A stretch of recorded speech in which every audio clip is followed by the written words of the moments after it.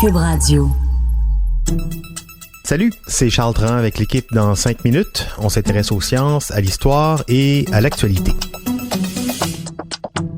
Aujourd'hui, on parle de génétique et les promesses d'un chercheur qui souhaite modifier le génome humain pour créer, avec notre descendance, une race plus forte, plus mince, plus en santé et qui, en plus, sent bon des aisselles.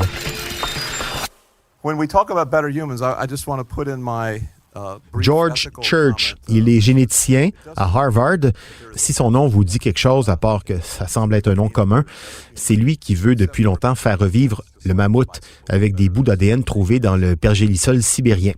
Eh bien, il n'a pas encore réussi, mais il est très actif sur la scène scientifico-médiatique, on va dire ça comme ça.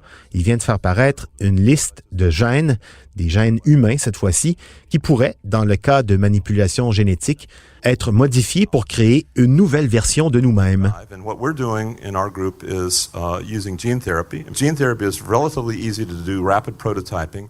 Sa liste en contient plusieurs des gènes avec les forces et les faiblesses de chaque manipulation.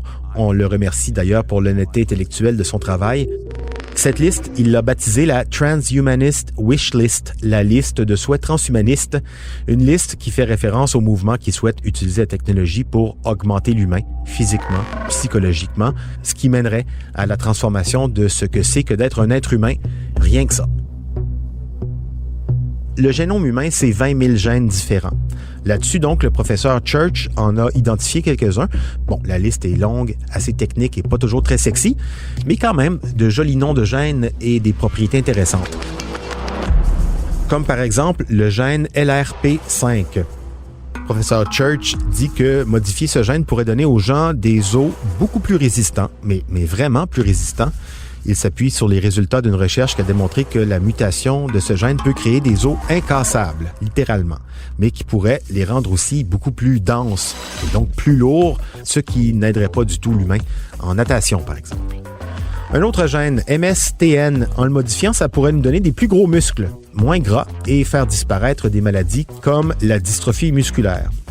Si on jouait maintenant avec le gène FAAH-out, le FA-out, ça permettrait de modifier notre sensibilité à la douleur. Sachant que la douleur existe souvent pour nous dire que quelque chose ne va pas bien, la bloquer, je sais pas, j'hésiterais quand même avant de jouer dans ce gène-là. Une mutation aux conséquences plus esthétiques, en modifiant le gène ABCC11, on pourrait se passer des déodorants. Et oui, des études génétiques ont démontré que 2% de la population mondiale ne sentent pas des aisselles, ce serait dû à ce gène. Le PCSK9, ne pas avoir ce gène dans le génome, c'est une bénédiction pour les amateurs de bacon. Pas de PCSK9 égale très bas niveau de cholestérol. Donc, jouer avec ce gène permettrait de combattre les maladies coronariennes. En revanche, moins de cholestérol, attention au diabète de type 1 ou à certains troubles cognitifs. Comme quoi, on est déjà dans un bel équilibre. Jouer avec le GRIN2B permettrait d'augmenter les capacités de la mémoire. Tu sais, celle qu'on a perdue avec l'apparition de nos téléphones intelligents. GRIN2B, un nom à retenir. Enfin, un autre, pas des moindres, le BDKRB2. Chez les Bajos en Indonésie, ce peuple de nomades de la mer qui sont reconnus pour leurs habiletés à rester très très longtemps sous l'eau. On a remarqué que ce gène s'exprime beaucoup. En jouant avec, donc, on pourrait, selon le professeur Church, retenir notre respiration plus longtemps et gagner tous les concours de respiration sous l'eau dans la piscine d'été. Bon, tout ça, soit que ça fait rire, soit que ça fait peur ou un mélange des deux. On est tenté de prendre le professeur Church pour une espèce de fou. Tout de suite, on pense au mythe de Frankenstein. La réponse du professeur Church à ses détracteurs, c'est que on est toujours dans le transhumanisme. Depuis longtemps d'ailleurs, on essaie toujours d'améliorer notre condition. On met des verres de contact, on met son manteau d'hiver pour se protéger du froid, on embarque dans sa voiture pour se déplacer plus vite. Lui pense que jouer dans les gènes, c'est la suite logique de l'innovation technologique et que, c'est ça, la médecine du futur.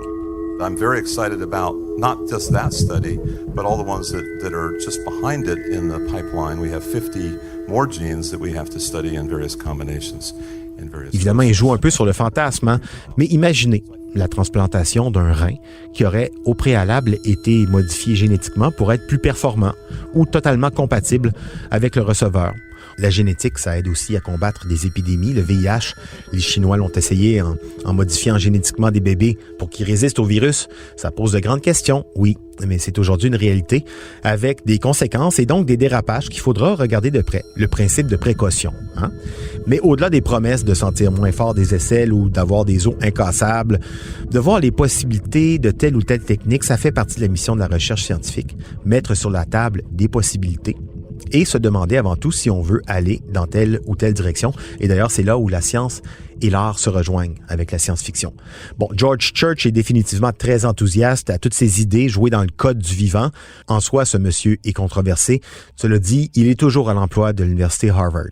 Pour le moment, on peut dire donc qu'avec ses travaux, ses livres, ses conférences, c'est un monsieur qui pose des questions auxquelles on n'avait peut-être pas encore pensé, des questions qui exigeront par contre des réponses assez rapidement, du style « Est-ce qu'on veut jouer dans notre génétique? » Parce qu'après, c'est plus compliqué de revenir en arrière. C'était en 5 minutes.